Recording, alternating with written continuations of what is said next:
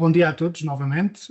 Em nome da Claranet Portugal, é com enorme gosto que vos dou as boas-vindas a este webinar, que vai ser dedicado a um tema que, mais do que uma obrigação legal, é hoje, ou deveria ser, no nosso entendimento, uma prioridade estratégica para a maioria das organizações. Vamos falar da Diretiva NIS2. O meu nome é Manuel Ferreira, eu sou Consulting Lead na Claranet e hoje o nosso objetivo é muito claro.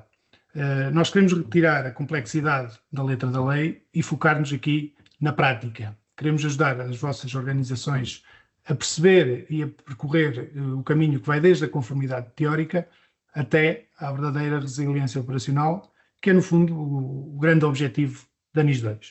Portanto, nesta sessão, nós desenhamos aqui um modelo de esclarecimentos que vamos tentar que seja dinâmico. A ideia não é ter apresentações unilaterais, mas queremos sim ter partilha de perspectivas complementares de acordo com a experiência prática dos especialistas que vão hoje intervir, e é por isso que temos como oradores uma equipa com um know-how e experiências diversificadas, e contamos assim com a visão estratégica do nosso Cyber Security Director, David Grave.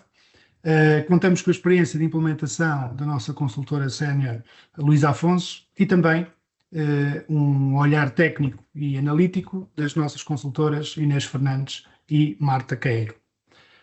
Pelas inscrições que nós recebemos, verificamos que temos hoje aqui uma audiência bastante diversificada, desde profissionais que acompanham as nossas campanhas, como o 360 Security Compliance, e também alguns clientes, mas também responsáveis de organizações em diversos setores que procuram, no fundo, o que eu acho que toda a gente procura neste momento, que é respostas para os desafios trazidos pela NIS2. Como eu já vos disse, isto é um espaço aberto, dentro do possível, não podemos intervir todos, como devem compreender, mas sintam-se convidados a participar no chat com as tais questões e depois, no final, responderemos às vossas questões. Mais uma vez, obrigado pela vossa presença e vamos então dar início à sessão.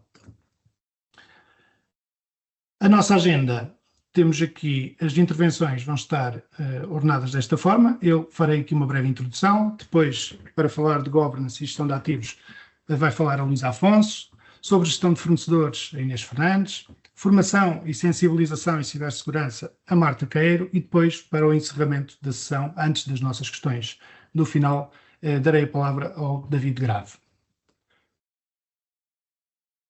Bem, quando nós falamos da NIS2, que é o foco que nos traz aqui hoje, é importante começar pelo contexto real.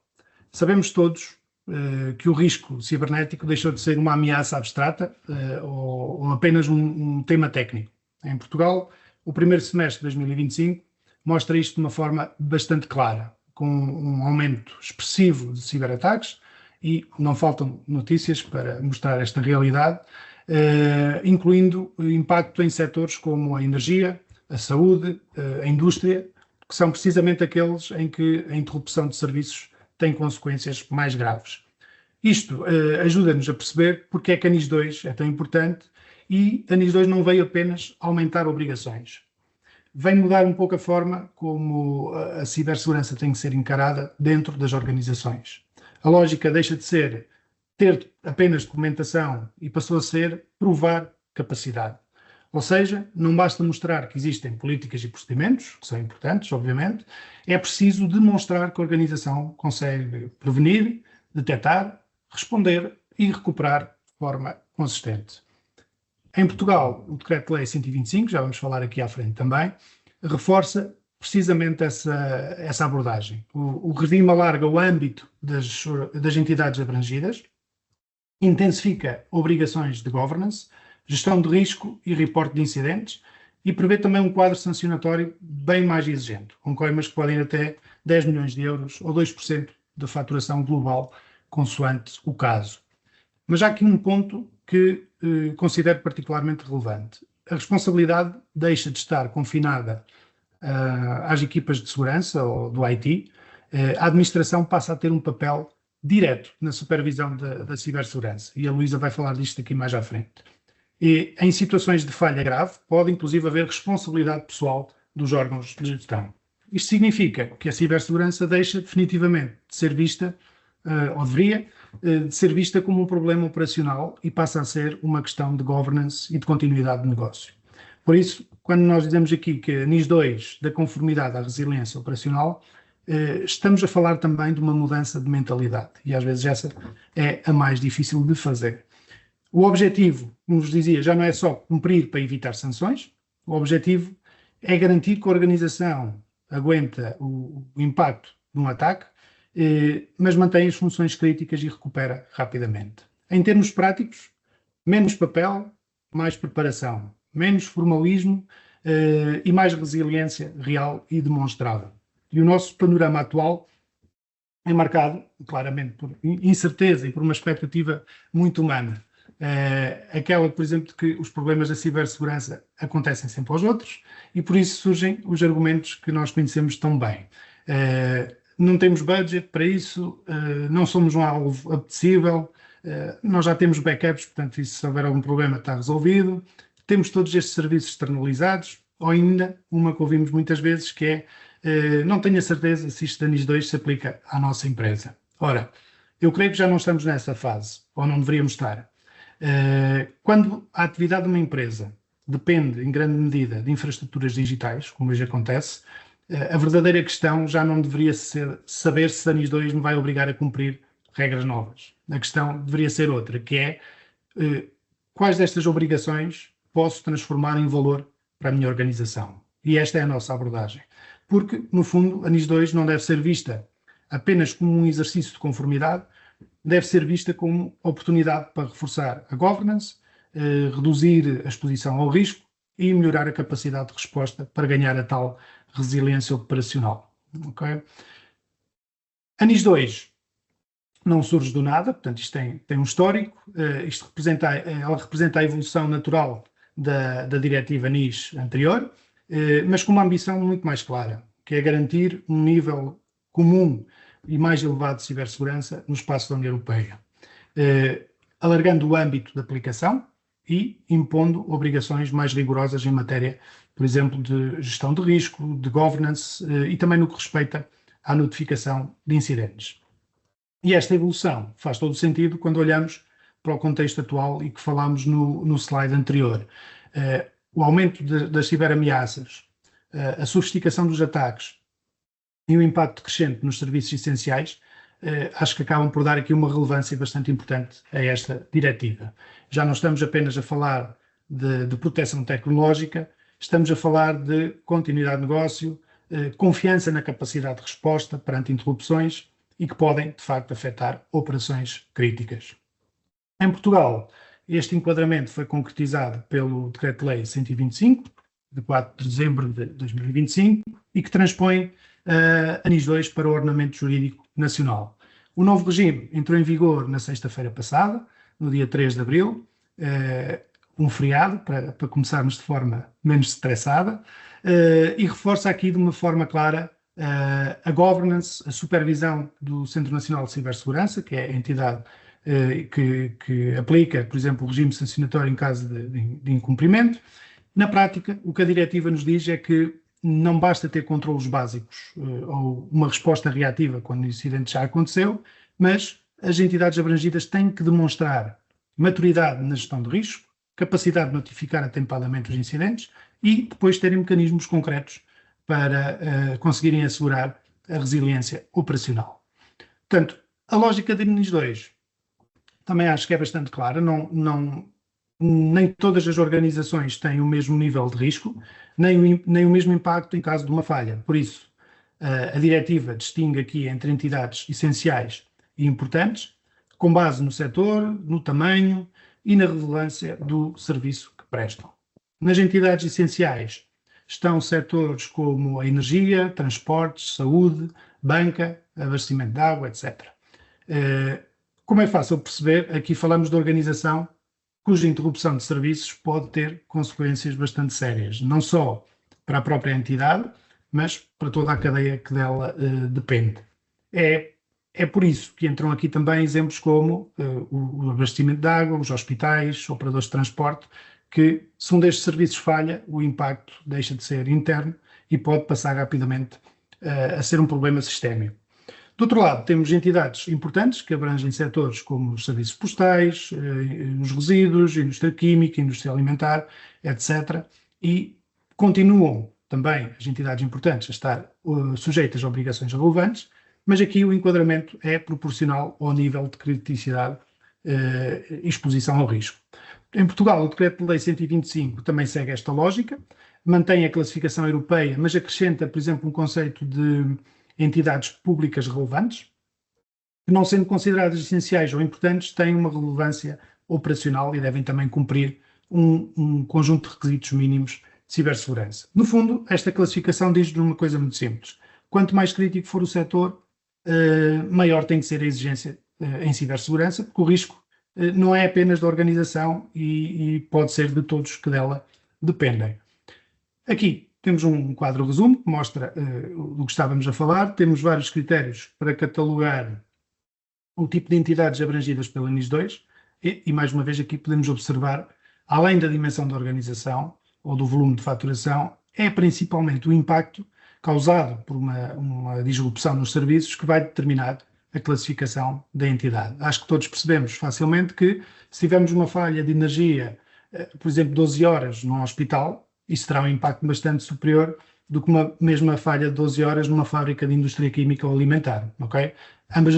Ambas podem ser graves, mas notamos claramente a diferença entre uma entidade importante e entidade essencial. Portanto, noutros casos, isto pode não ser assim tão fácil e temos de analisar outros indicadores, às vezes mais subjetivos, mas estes são os indicadores principais. Bem, eu vou terminar a minha intervenção deixando-nos aqui uma imagem simples. Imaginem, hoje em dia, em 2026, um carro sem cinto de segurança. Ora, hoje ninguém diria que basta ter um manual no porta-luvas a dizer ou a explicar como se usar o cinto, certo? Se houver uma colisão grave, o que pode salvar vidas não é o papel, é o cinto estar realmente lá, colocado, a funcionar e, sobretudo, que tenha sido testado. Com a NIS 2 acontece exatamente o mesmo. Nós não chega a ter políticas bonitas, procedimentos bem escritos ou um plano guardado na gaveta. A diretiva exige implementação real de medidas, testes regulares àquilo que se implementou e evidências de que os controlos funcionam. E, sobretudo, também aqui uma noção que vem dos sistemas de gestão das normas ISO, que é aquela ideia de haver um processo de melhoria contínua ao longo do tempo. Portanto, o verdadeiro objetivo não é dizer apenas que temos controlos, é conseguir demonstrar que eles funcionam quando mais fazem falta. E em cibersegurança, isso pode ser o que separa a conformidade da resiliência. Bem, depois de termos visto que a NIS 2 não é apenas uma questão de cumprimento formal, mas sim de resiliência operacional, passamos agora também a uma dimensão igualmente crítica. A NIS 2 tira a cibersegurança do papel e leva para a gestão, para a prática e para a responsabilidade da liderança das organizações, e é disso que nos vai falar a Luísa. Luísa, força. Obrigada, Manuel. Pronto, então vamos falar um bocadinho de governance e gestão de ativos. E vamos começar pela governance. Falar de governance passa por falar de regras, obviamente, responsabilidades, tudo aquilo que contribui para uma correta tomada de decisão. Isso é que é governar. O modelo de governo vai ser tanto bom quanto nós conseguirmos tomar boas decisões. Como é que a organização se prepara, que regras define, que responsabilidades atribui e a quem, para que as tomadas de decisão sejam o mais eficazes possível, ou seja, que haja uma resiliência clara para a cibersegurança. Para começar a falar deste tema, eu sugiro olharmos para as responsabilidades e olharmos para as responsabilidades na perspectiva do antes do NIS 2 e depois da NIS 2. Antes da NIS 2, e que também já foi referido há pouco, a segurança de informação estava muito confinada àquilo que era o departamento da IT nas organizações. Portanto, os sistemas de informação tinham lá uma equipa que se preocupava com os temas da segurança de informação. Obviamente que esta situação limitava muitíssimo a capacidade de ação. Portanto, a equipa de segurança conseguia implementar algumas medidas técnicas, aquelas que conseguia levar e colocar no orçamento da organização. E, portanto, isso ficava muito limitado. Hoje sabemos que os problemas de cibersegurança não são apenas técnicos, são muito técnicos, mas não são apenas técnicos, e muitos deles, a causa está, a origem está precisamente no comportamento e nas pessoas. A NIS 2 vem trazer isto para cima da mesa e vem colocar em cima da mesa a necessidade de impor liderança à implementação da NIS 2. Para quê? Para que nós consigamos levar o tema não só àquilo que é o IT, mas sim a toda a organização. Esta liderança é colocada ao nível da gestão de topo, como não podia deixar de ser. Portanto, a gestão de topo agora assume uma responsabilidade que não é meramente simbólica, é uma responsabilidade formal, que pode inclusivamente levar à existência de coimas, caso não consiga demonstrar que está a aplicar as medidas adequadas. E, portanto, a segurança passa a ser, agora, ter um papel claro naquilo que é a estratégia da organização, a análise de risco da organização.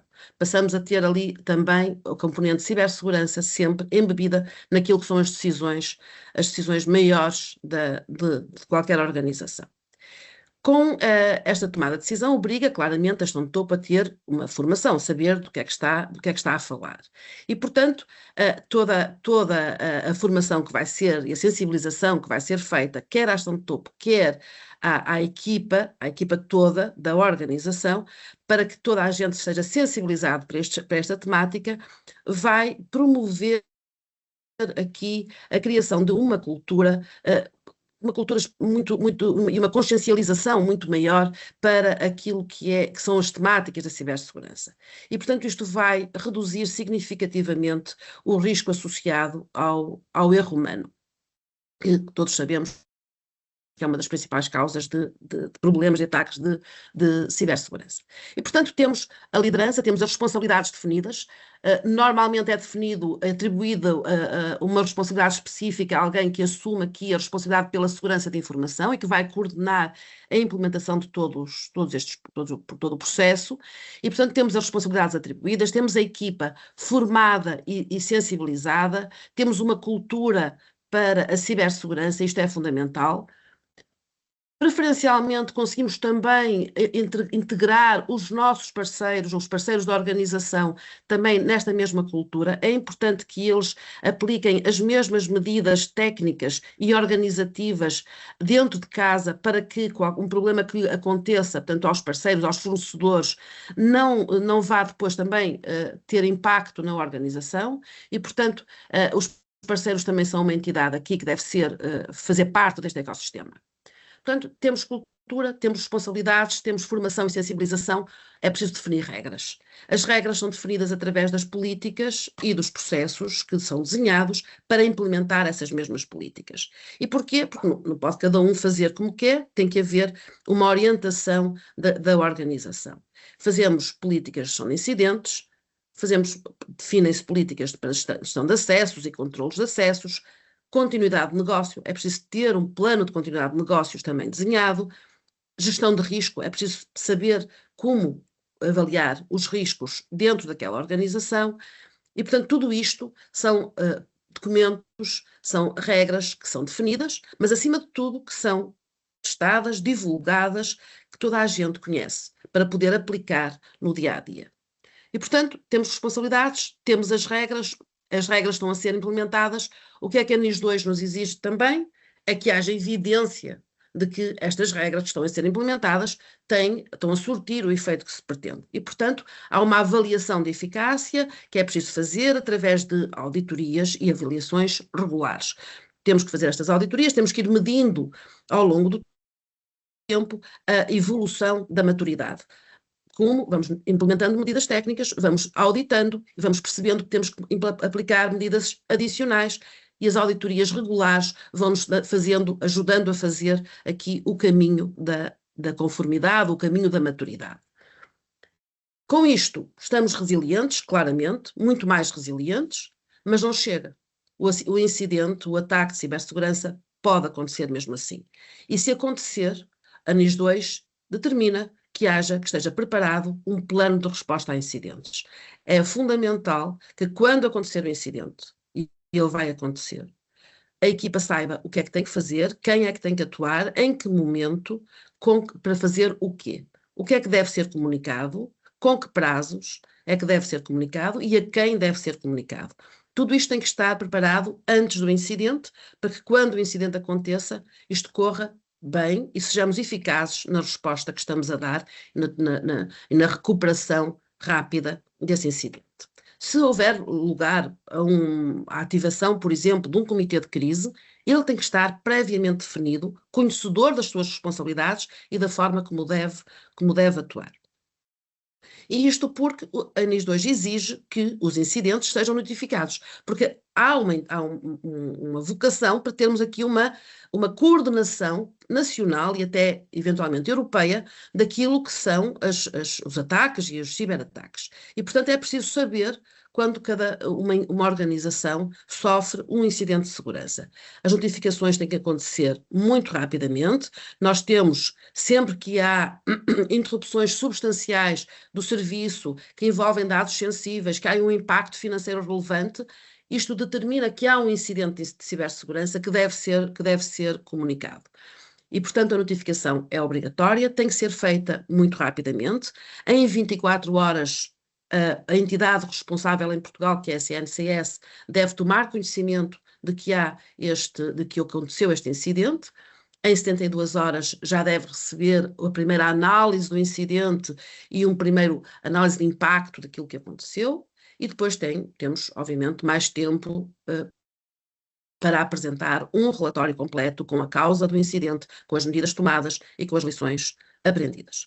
Então, resumindo, liderança, responsabilidade, formação, sensibilização das equipas, políticas e processos adequados são a estrutura em que assenta a resiliência que a NIS 2 exige e sobre a qual responsabiliza formalmente as organizações. Falando agora de gestão de ativos. No contexto da diretiva NIS 2, a gestão de ativos é claramente um dos pilares fundamentais. Tudo aquilo que se falou anteriormente, quando falamos das políticas, dos processos, do controle de acesso, estamos a falar, o foco são os ativos da organização. São os ativos, são os equipamentos, o software, as bases de dados, as aplicações, onde está ou apoiam, suportam a informação da organização. E, portanto, a primeira coisa que a NIS 2 exige relativamente a esta gestão dos ativos é que eles sejam conhecidos. Não é possível proteger o que não se conhece. E nós sabemos hoje que há muitas organizações que já implementaram muitas medidas técnicas e se lhes perguntarmos pelo inventário dos ativos, não o têm. Portanto, conhecem alguns dos ativos, os mais importantes, muitas vezes não conhecem as dependências, as interdependências, e é por aí que muitas vezes entra o ataque, por uma tomada de um switch que ficou desbloqueada e não devia ter ficado, e que dá acesso depois ao tal sistema que é conhecido, que é conhecido por ser mais importante, e, portanto, é preciso inventariar os ativos, é uma exigência, e é uma exigência que nós vamos compreender que é muito importante. Vamos inventariar os ativos, vamos classificar os ativos quanto à sua criticidade. Ao inventariar, vamos logo conhecer o proprietário, vamos conhecer a localização, e tudo isto vai ajudar muito na resposta a um incidente. Vamos também conhecer o fornecedor, se houver um fornecedor associado a este ativo, vamos também identificá-lo, e vamos depois classificar o ativo e tudo aquilo que está associado a este ativo em função da sua criticidade para a organização. O que é que isto significa? Significa que vamos questionar-nos sobre qual seria o impacto daquele ativo estar indisponível. E em função disso vamos ter ativos que com certeza são ativos de baixa criticidade, de média criticidade e de alta ou até muito alta criticidade. E mapeamos as dependências, porque tudo o que está associado a um ativo muito crítico também terá que ser tratado com o mesmo nível de cuidado. Portanto, a gestão de ativos é fundamental. A NIS 2 exige que a segurança seja considerada durante todo o ciclo de vida do ativo, desde o início, no processo todo de negociação, de aquisição, de implementação, na vida útil e depois também na desativação. Durante a fase de operação é fundamental garantir que os ativos estão corretamente configurados, que os patches de segurança estão instalados, que é feita uma análise às vulnerabilidades mais importantes e elas são tratadas. Na fase final, quando o ativo vai ser desativado, é importante garantir que se elimina toda a informação E, portanto, tudo isto é uma preocupação que é exigida também pela NIS2 nesta perspectiva da resiliência. Obviamente, associado à gestão de ativos também está a gestão de acessos. É fundamental garantir, através da atribuição dos acessos, com base na regra do menor privilégio, que quando, por exemplo, um ataque de phishing, credenciais são capturadas, sabemos exatamente ao que é que elas acediam, e, portanto, há ali um controle dos acessos, sabemos e conseguimos conter o incidente. O primeiro caminho para a recuperação, para a resolução, é a contenção, portanto vamos conter o incidente também através de uma adequada e correta gestão de acessos a esses ativos. Importantíssimo monitorizar os ativos. Monitorizar os ativos, aqueles que nós consideramos os importantes, mas também aqueles, as dependências e as interdependências. É importante que a organização consiga detectar o mais depressa possível um possível incidente de segurança, e para isso tem que estar a monitorizar os ativos.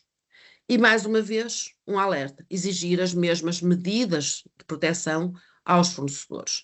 Nós somos corresponsáveis com os nossos fornecedores na exigência, na contratualização com os fornecedores, devemos estar a exigir que sejam aplicadas exatamente as mesmas medidas técnicas e organizativas. Mas sabemos que, e a NIS2 sabe isso também, e vai nos ajudar, não é possível gerirmos os ativos todos e aplicarmos camadas de segurança da mesma forma em todos os ativos. Portanto, vamos fazer uma abordagem baseada no risco. Portanto, nós classificamos os ativos em termos de criticidade, já sabemos quais são os ativos mais críticos. Se sabemos quais são os mais críticos, vamos começar por analisar agora os riscos a que estão expostos esses ativos críticos. Analisando os riscos, nós conseguimos perceber se esses riscos, portanto, detalhando os riscos a que estão expostos, riscos de perda, de roubo, de intrusão, etc., vamos perceber qual é que é o impacto desses riscos ocorrerem, de serem explorados, e qual é que é a probabilidade deles acontecerem. Conhecendo a probabilidade, conhecendo o impacto, nós temos aqui a valorização do risco, a avaliação do risco. E, portanto, temos os ativos críticos e agora temos dentro dos críticos os que têm maior risco. E temos, assim, uma priorização definida para começarmos a implementar o nosso plano de ações. Definir as ações de mitigação, definir as ações técnicas e organizativas que vamos implementar, começando pelos que têm maior risco e indo por aí abaixo. Obviamente que esta definição das medidas técnicas e das medidas organizativas em função do risco tem que ter a ver também, estão balizadas por aquilo que é o apetite ao risco da organização.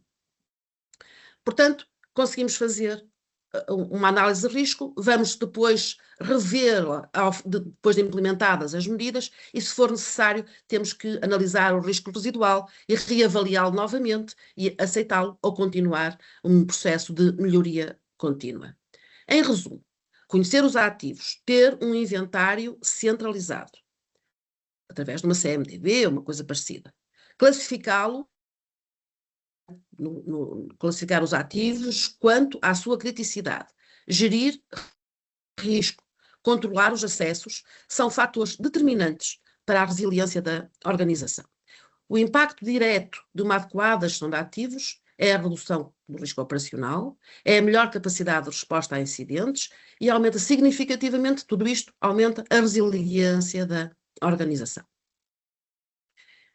Bom, eu agora, para terminar, vou só falar da ferramenta que podemos usar para suportar isto tudo. E é um tema que eu podia ter abordado quando falei de governance, porque governance tem ali um tripé, que é onde assenta o governance, que normalmente são as equipas, são os processos e as ferramentas que ajudam a gerir isso tudo, mas eu preferi deixar para o fim, depois de falar da gestão de ativos, porque acho que ajuda a perceber que todo este processo de gestão da cibersegurança gera muita documentação, planos de ações, que é preciso acompanhar, auditorias, revisões regulares, que é preciso manter sempre em acompanhamento contínuo. E, portanto, toda esta documentação é importante que esteja centralizada num ponto único.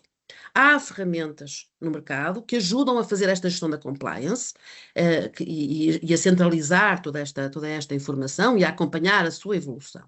A Claranet também tem a sua própria ferramenta, desenvolveu uma plataforma de gestão de compliance que é aplicável a todos os normativos, em particular à NIS 2, mas a todos os normativos, incluindo a possibilidade de ter controlos que, sendo partilhados nos vários normativos, podem ser conciliados ou mapeados e tratados de forma em cada um dos normativos. Tem módulos específicos para a gestão de assets, módulos específicos para a gestão de incidentes, gestão de fornecedores e, portanto, permite-nos monitorizar a evolução da maturidade, permite-nos acompanhar toda a evolução do processo de compliance, nas auditorias que são feitas e depois implementadas nos planos de ações, que são acompanhados também, sem perdermos de vista quem ficou de fazer o quê. Temos a seguir estas auditorias a verter para dashboards que nos permitem verificar e acompanhar de forma muito gráfica aquilo que é a evolução deste processo de compliance e de maturidade. Portanto, há ferramentas disponíveis, a minha sugestão é que façam a vossa análise e escolham aquela que vos parecer mais adequada. E assim termino. Obrigado, Luísa. Eu queria ainda só dar aqui uma nota também, que eu posso ter induzido em erro a dizer que as questões se façam no chat. Existe um separador que diz Q&A e, portanto, é nesse que devem fazer as questões. Posto este esclarecimento, depois de termos visto aqui com a Luísa a importância da governance e a responsabilização interna, passamos agora a uma outra dimensão essencial da NIS 2, que é a gestão de fornecedores e a importância da segurança da cadeia de abastecimento. E, para desenvolver este tema, passo a palavra a Inês Fernandes. Obrigada, Ana. Ora, então, para percebermos o risco dos terceiros que nós temos de gerir, é importante conhecermos os requisitos que a NIS 2 apresenta neste âmbito. E são estes requisitos que depois nos vão ajudar a estabelecer um processo adequado para gerirmos a segurança dos nossos fornecedores. Portanto, para começar, a NIS 2 estabelece requisitos em dois âmbitos mais críticos, e são estes os requisitos de cooperação e os requisitos para gerir a segurança na cadeia de abastecimento. Quanto aos requisitos direcionados à cooperação entre as organizações, a NIS 2 reforça aqui a necessidade, e tal como a Luísa já mencionou, de as organizações colaborarem com as entidades reguladoras na notificação dos incidentes, de acordo com os requisitos estabelecidos, e com as organizações do seu setor. Aqui é importante que estas organizações abrangidas pela NIS 2 partilhem informação sobre ameaças, sobre incidentes e sempre em tempo real, como por exemplo, se uma empresa detectar agora um novo tipo de ataque de ransomware, aqui a necessidade é de reportar de forma imediata à CERT Nacional, neste caso estamos a falar do Centro Nacional de Cibersegurança, para que todas as outras organizações possam ser alertadas e consigam implementar os controles necessários para se protegerem. Devem também comunicar falhas ou qualquer vulnerabilidade que identifiquem nos serviços que estão a subcontratar às organizações. E é aqui que esta comunicação entre as entidades abrangidas pela NIS 2 é importante, porque estamos a falar, se eu tenho um serviço subcontratado, eu não quero que a continuidade desse serviço impacte as minhas operações, portanto, qualquer situação ou qualquer incidente que eu detectar, devo comunicar à entidade que está a prestar o serviço para que eles consigam corrigir e implementar novamente os controlos adequados e impedir que a vulnerabilidade volte a acontecer. E é neste segundo tópico que entra então o outro âmbito dos requisitos da NIS 2, a gestão da segurança na nossa cadeia de fornecedores. Neste âmbito, a NIS 2 apresenta aqui requisitos que, como já foi mencionado também ao longo desta apresentação, colocam a responsabilidade de nós, as nossas organizações, garantirem que os nossos fornecedores e até os fornecedores dos nossos fornecedores estão a cumprir com os padrões mínimos de segurança nas próprias organizações. Ou seja, estamos então a falar de requisitos relacionados com os processos de due diligence inicial, e aqui temos que pensar o que é que as organizações devem fazer antes de recorrer a um fornecedor, e requisitos de monitorização contínua. Uma vez que o processo de due diligence inicial não é suficiente para cobrir todo o tempo de um contrato, a NIS 2 exige que as organizações implementem processos de monitorização e avaliação contínua aos seus fornecedores. Começando pelos requisitos para a implementação de um processo de due diligence inicial, é necessário que as organizações comecem por identificar, e tenham esta capacidade, de identificar que fornecedores é que são críticos para a sua operação. E para além disso, também devem avaliar se estes fornecedores estão a cumprir com os padrões mínimos de segurança que a nossa organização é obrigada a cumprir. E aqui podemos estar a falar de requisitos de SOC 2, da NIST Cyber Security Framework 2.0, ou até os controles da ISO 27001, que vão todos alinhar-se com os requisitos que a NIS 2 exige. Para além disto, de estarmos a identificar quais são os fornecedores críticos, validar se eles estão a cumprir com os padrões de segurança, o que é que as organizações devem fazer também? Garantir que os contratos que estão a estabelecer com os seus fornecedores contêm cláusulas específicas, seja para atribuir responsabilidades de forma clara, por exemplo, em caso de incidentes, quem é que fica responsável por fazer o quê durante o momento de resposta a um incidente, ou quais são os prazos, SLAs, indicadores que as organizações que estamos a subcontratar têm de cumprir. E aqui temos de ter muita atenção porque a NIS 2 neste momento não se limita aos fornecedores diretos, tal como eu já disse anteriormente. Se um fornecedor que eu tenho subcontratado estiver a recorrer a outro prestador de serviços para fornecer o serviço que eu contratei, a nossa organização continua responsável por garantir que todos os elos desta cadeia estão a cumprir com os requisitos. Já no que toca aos requisitos de monitorização contínua, aquele segundo âmbito dos requisitos de gerir a segurança na cadeia de abastecimento, é necessário que as nossas organizações reavaliem de forma anual, semestral, dependendo da criticidade do nosso fornecedor, os riscos que estão associados ao serviço que eu tenho subcontratado. Ou, se fizermos alguma alteração ao contrato, também devemos voltar a avaliar o risco deste serviço. Devemos também implementar mecanismos de alerta, para sermos capazes de detectar qualquer falha ou qualquer incidente no fornecedor e de forma em tempo real. E devemos sempre garantir que todos os fornecedores que eu tenho subcontratados, pelo menos para os meus serviços mais críticos, têm planos de continuidade de negócio, planos de recuperação de desastres e garantem uma capacidade de resposta a incidentes atempada.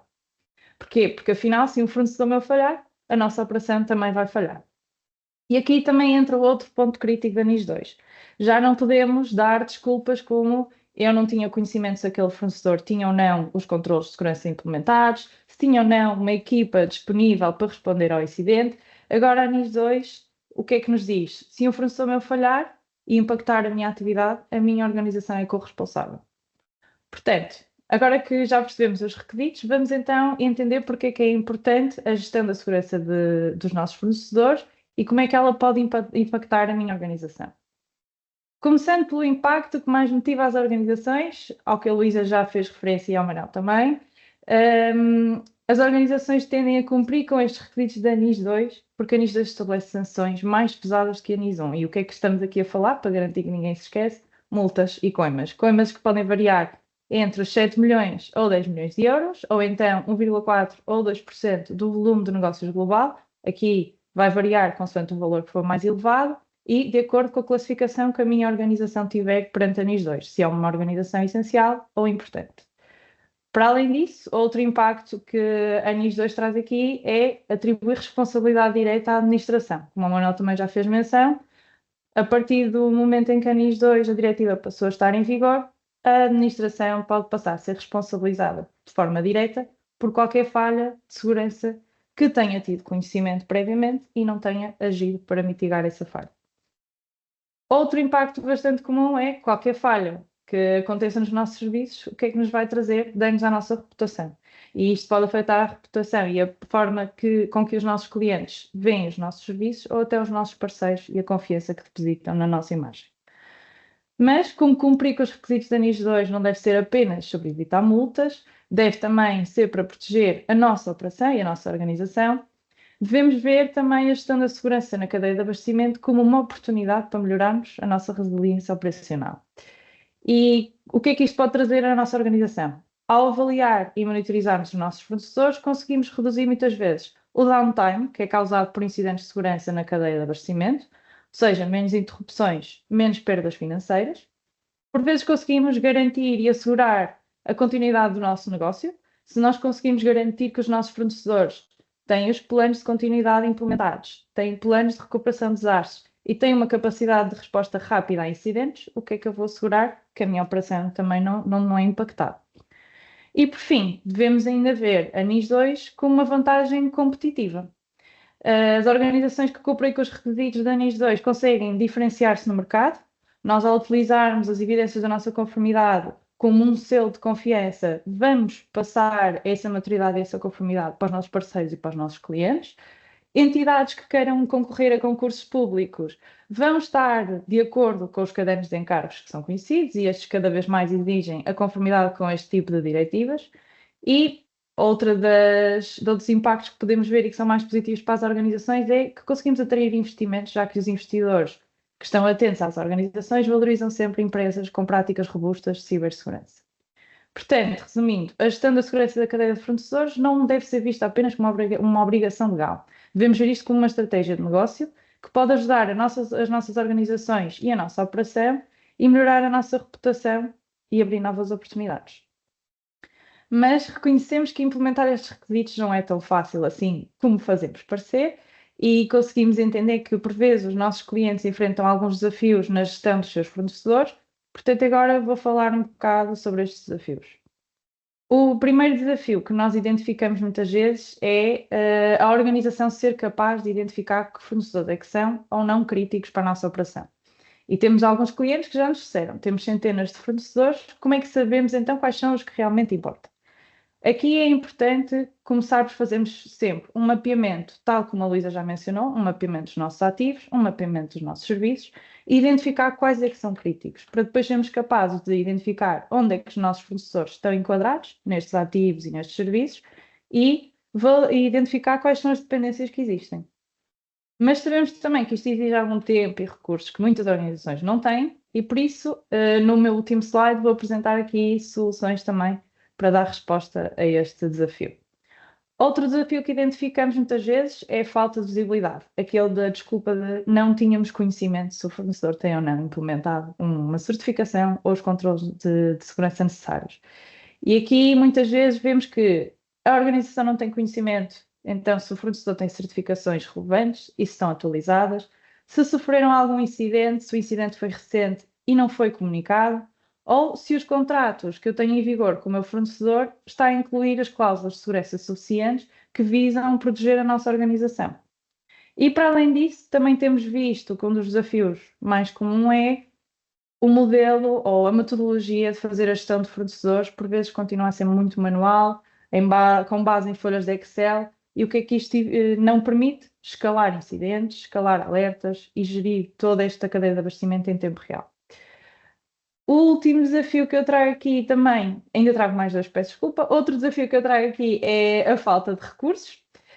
Estamos aqui a falar já não dos recursos tecnológicos, mas de recursos de pessoas, tempo, termos equipas dedicadas à gestão de riscos de fornecedores, não termos recursos que não têm conhecimento sobre frameworks de segurança e sobre os controles que é necessário garantir e gerir no âmbito dos fornecedores, e recursos tal, como eu já tinha mencionado, das ferramentas que devem ser mais adequadas para suportar ou até automatizar qualquer processo que esteja ligado aqui à gestão dos fornecedores, como as avaliações de risco ou o reporte de incidentes. Agora sim, o último desafio que eu trago, e este se calhar é o mais comum, a cultura de segurança que ainda não está robusta dentro das organizações. Muitos dos clientes que nos têm aparecido e a contratar os nossos serviços não percebem ainda, a administração não percebe ainda qual é a importância de gerirmos a nossa cadeia de abastecimento. Continuam a ver a NIS2 mais como uma burocracia em vez de uma oportunidade para melhorar a segurança, ou então não reportam incidentes porque têm medo de sofrer represálias. Estes desafios são reais, mas não são insuperáveis. E, novamente, a NIS2 deve ser vista como uma oportunidade para melhorarmos a nossa resiliência, reduzirmos os riscos a que estamos sujeitos e ganharmos uma vantagem competitiva. E é aqui que a Claranet pode ajudar, com soluções práticas e adaptadas às necessidades de cada cliente, que vamos explorar já agora no próximo slide. Portanto, tendo em conta os principais desafios que acabámos de cobrir, as soluções podem passar ou por terceirização total do processo de gestão de fornecedores, que consiste essencialmente na subcontratação de um serviço de TPRM, Third Party Risk Management. Podemos recorrer apenas a uma plataforma para monitorizarmos de forma global a nossa cadeia de fornecedores com informação pública, ou podemos estabelecer um programa de awareness para já ir evoluindo a cultura de segurança da organização através de formações regulares para criar uma cultura de segurança robusta. Aqui na Claranet construímos uma abordagem que visa dar resposta aos requisitos expostos pela NIS2 e aos desafios que aqui vimos. E esta abordagem faz parte dos serviços 360 Security and Compliance da Claranet e divide-se essencialmente em 4 etapas. Começamos por identificar junto das organizações quais são os fornecedores a que esta organização está a recorrer. Vamos fazer uma análise de qual é o nível de criticidade e nível de risco que este fornecedor representa nas minhas operações e depois vamos passar para a monitorização contínua desta cadeia de abastecimento. Aqui o que vamos fazer? Rever contratos, validar se as cláusulas incluídas no contrato estão a abranger toda a criticidade que está associada ao serviço e vamos fazer aqui uma análise contínua da postura de segurança do fornecedor. Vamos exigir evidências que têm os controlos de segurança implementados, vamos, por exemplo, de evidências, vamos pedir as certificações que tenham, para depois fazermos aqui um suporte também na resposta a questionários de avaliação que os clientes enviam à minha organização. Uma vez que existe este reverso da moeda, uma organização que neste momento está a contratar um serviço também está a prestar aos seus clientes e aqui é necessário também nós, como organização prestadora de serviços, prestarmos as nossas evidências para os nossos clientes que também estamos a cumprir com os requisitos de segurança. E como é que o vamos fazer? Ao responder aos questionários que os nossos clientes nos colocam. E por fim, vamos também dar apoio na monitorização de indicadores de desempenho. Começamos por identificar quais são os indicadores que nos vão ajudar a guiar os controles que devemos implementar e a garantir que estão a ser implementados de forma eficiente e eficaz. Sendo que todo este serviço que acabei de escrever aqui e está incluído nesta abordagem, tal como a Luísa já fez referência, tem toda esta informação centralizada numa só plataforma, onde vamos poder então fazer a gestão da conformidade, que a Luísa já falou, dos nossos fornecedores, e vamos poder também dar resposta a outros requisitos que estão estabelecidos pela NIS 2. Obrigado, Inês. Já ouvimos falar de governance, de operação e cadeia de abastecimento agora com a Inês, e chegamos também a um fator decisivo, não apenas para a NIS 2, mas para qualquer abordagem à cibersegurança, que são as pessoas. Porque a segurança não depende apenas de tecnologia, como sabemos, e dos processos, depende também do comportamento humano. E é dessa componente que nos vai falar a Marta Queiro. Obrigada, Manuel. Sim, vamos então falar da sensibilização em cibersegurança, um tema que até já surgiu nas apresentações do Manuel, da Luísa e da Inês. Eu começo por fazer uma pergunta. Quando falamos de segurança numa organização, de que fatores é que temos mesmo de falar? Já falámos aqui hoje até de tecnologia, de arquitetura, de ferramentas, processos, controlos, e temos também de falar das pessoas. Uma organização pode ter uma base tecnológica robusta, bons processos, um processo de compliance sólido, mas se a componente humana não estiver preparada para reconhecer e reagir ao risco, esta organização vai continuar exposta. É aqui que entra o SAT como elemento de segurança. O SAT quer dizer Security Awareness Training, é uma abordagem que encara as pessoas como parte da concepção de segurança das organizações. Nesta abordagem, nós olhamos para as pessoas não como um elemento externo à segurança e não como uma vulnerabilidade inevitável, mas como uma camada da estrutura de segurança que também pode ser preparada e até podemos dizer configurada para estar integrada na proteção das organizações e fazer parte dela. O que um programa de SAT procura fazer é reforçar a consciência e consolidar os comportamentos para serem mais seguros e para preparar os utilizadores para reconhecerem sinais de risco e reagirem melhor no dia a dia. Então, na prática, como é que um programa destes deve estar pensado, principalmente no âmbito da NIS 2?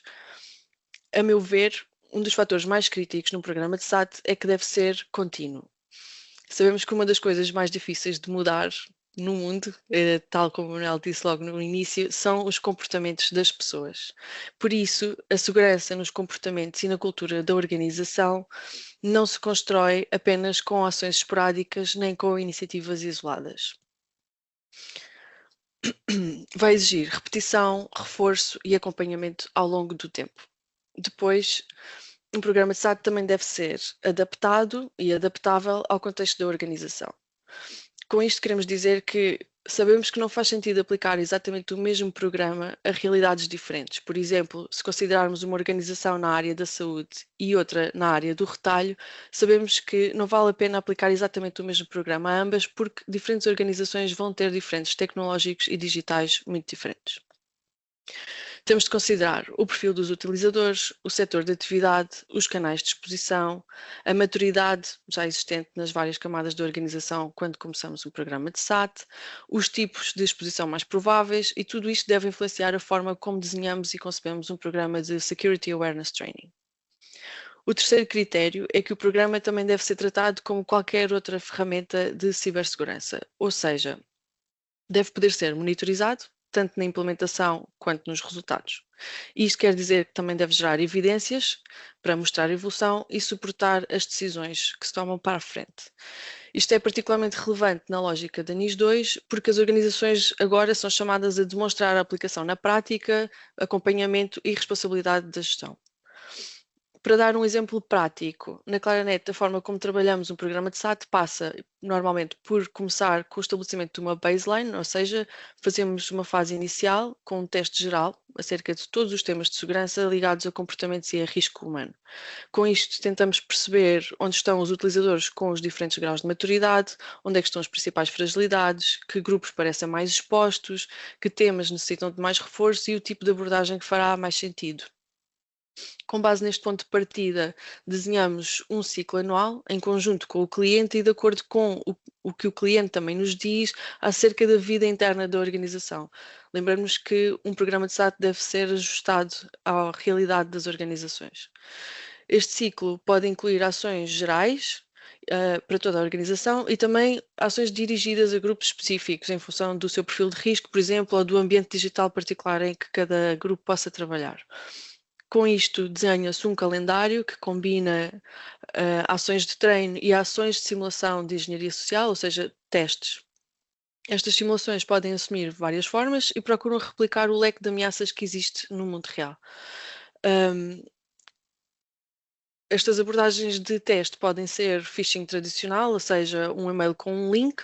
Também podem ser quishing, que é aquilo que nós chamamos de um e-mail de phishing, que em vez de um link tem um código QR integrado. Podem ser e-mails com anexos, campanhas físicas, por exemplo, em que deixamos um código QR nas instalações do cliente ou uma pen USB. E vemos o que ocorre depois de deixarmos esse teste no mundo físico, e assim vamos progredindo e ajustando a nossa abordagem à medida que o programa vai evoluindo. O objetivo de um programa de SAT, ao contrário da sensação que se instala às vezes nas organizações, não é apanhar as pessoas a clicar num link. O objetivo é mesmo encontrar as fragilidades reais de uma organização, tratá-las e reforçar a capacidade e a maturidade de segurança em geral dos utilizadores de uma organização. Em último, para consolidar um programa de SAT, e falando da questão dele ser monitorizado e gerar evidências, fazemos acompanhamentos regulares, que podem ser mensais ou trimestrais, o que faça sentido, e faz a análise dos indicadores recolhidos ao longo do programa e programam-se campanhas corretivas ou dirigidas e vamos ajustando o programa. A ideia, como temos aqui no slide, não temos no slide, mas podemos ter. Obrigada, Manuel. É esta combinação, este ciclo de continuidade, adaptação e monitorização que permitem aumentar a maturidade ao longo do tempo. Então, depois de perceber como é um programa de SAT e como se estrutura o programa, vale a pena olhar para a ameaça de que estamos a falar.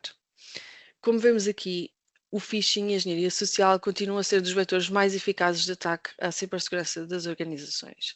60% dos casos de intrusão usam phishing e 80% das campanhas de phishing de 2025 já foram suportadas por inteligência artificial. Em muitos contextos, ainda nos deparamos com a ideia de que uma empresa, se empregar recursos suficientes na segurança tecnológica, estará totalmente protegida, mas não é isto que a realidade nos demonstra. A engenharia social consiste em levar alguém de dentro a confiar, a agir ou a divulgar informação que de alguma forma abre uma brecha na estrutura de segurança tecnológica das organizações.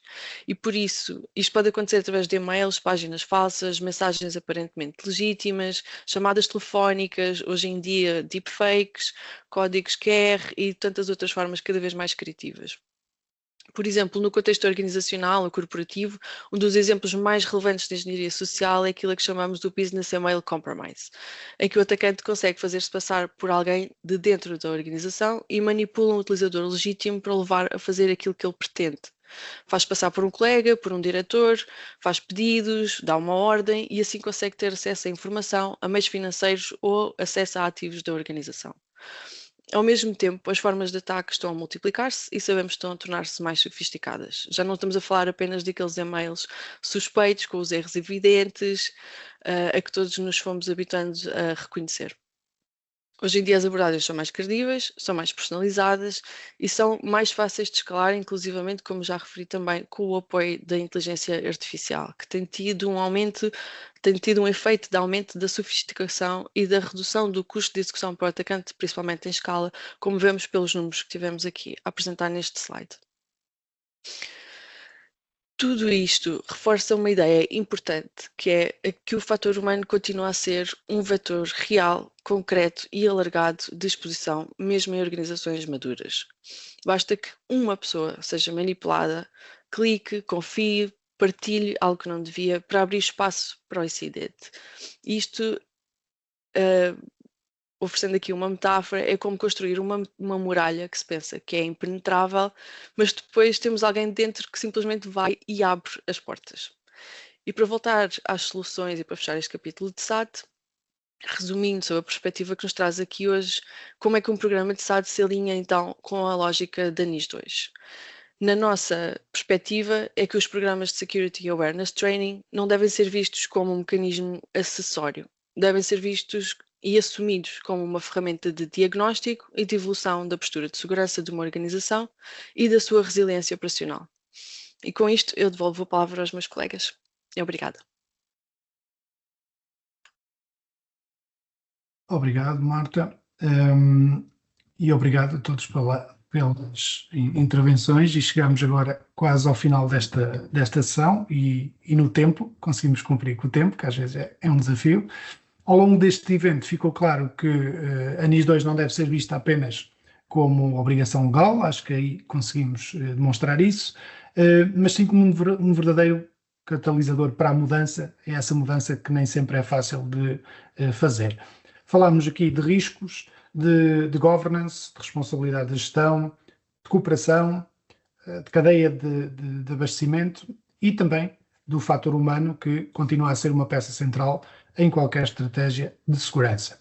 A mensagem importante que levamos, também acho que é simples: a cibersegurança não pode ser tratada como um tema isolado da tecnologia e tem de estar integrada na estratégia, na cultura e na operação das organizações. E, acima de tudo, tem de ser assumida com a tal responsabilidade partilhada, com liderança ao nível executivo e envolvimento de toda a estrutura da organização, senão isso não funciona. Bem, os minutos finais são para o David Grave, que fará aqui o encerramento da nossa sessão, e depois passaremos às respostas às vossas questões, que já temos aqui algumas colocadas. E então, David, qualquer teu. Muito bem. Obrigado, Manuel, e obrigado a todos, porque penso que passámos aqui, e houve aqui muito cuidado na preparação, claramente, deste webinar, passarmos uma mensagem que seja útil e atuável de parte dos participantes, que conseguem levar aqui dicas concretas e um caminho concreto e uma visão daquilo que é a NIS 2 e do que aquilo que ele altera na nossa visão da cibersegurança, mas acima de tudo que tenha-se passado aqui uma mensagem que eu acho que é a verdadeira mensagem e o verdadeiro impacto da NIS 2, é deixarmos de ver definitivamente estes temas da cibersegurança e da resiliência como temas como projetos de IT, porque não são, e passarmos a ver isto como efetivamente a proteção da resiliência da nossa organização e, acima de tudo, um foco real em que nós estamos a proteger a capacidade da nossa organização continuar a sobreviver e a executar e a fazer aquilo que realmente faz, que é gerar negócio e a sua atividade. Porque estes temas são, de facto, para nós todos que estamos aqui, são críticos e nós entendemos a sua importância, mas sempre tivemos, muitas vezes nas nossas atividades, como diretores de IT, diretores de compliance, diretores de risco, ou responsáveis destas cadeias de valor, muitas vezes dificuldade em passarmos para as nossas direções o que é que estamos aqui efetivamente a falar. Mas neste momento, e como referiram aqui os meus colegas e referiu aqui o Manuel, a responsabilidade é clara. E a não atuação em cima destes riscos, destas obrigações,